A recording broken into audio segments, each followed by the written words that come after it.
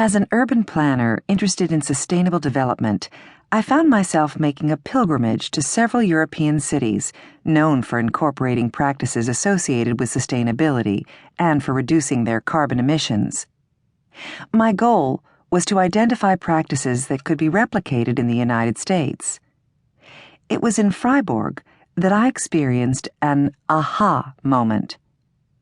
What I learned is that a city's sustainability and climate change strategies could also be engines of economic development. Freiburg, a university town of 216,000 in the Ruhr Valley of southwest Germany, epitomizes how a city can work creatively to integrate environmental and economic development goals.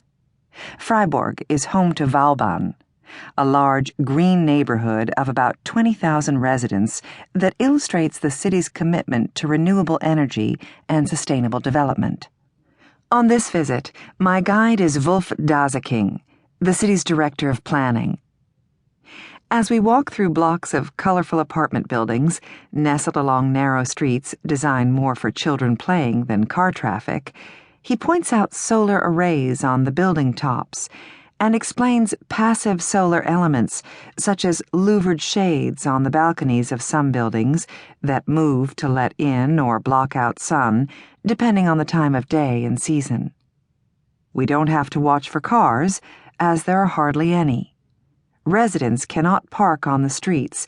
If they have a car, it must be parked in a garage just outside the neighborhood. Most residents bike to work or take advantage of the free tram passes the city provides to discourage car use.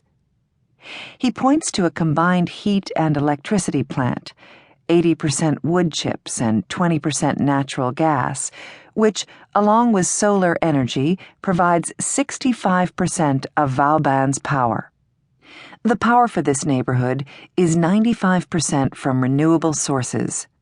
Vauban goes beyond anything we are thinking of in the United States under the banners of smart growth, transit-oriented development, or the new urbanism. It is what urban planning should be in what commentator Thomas Friedman calls the energy-climate era. On our way back to the center city, where cars are prohibited, Mr. Daseking detours to show me several of the city's solar buildings. And here's the Fraunhofer Institute for Solar Energy Systems, Europe's largest solar energy research organization, he announces. He then tells me about at least 5 solar companies in the area that got their start at the institute. My ears perk up.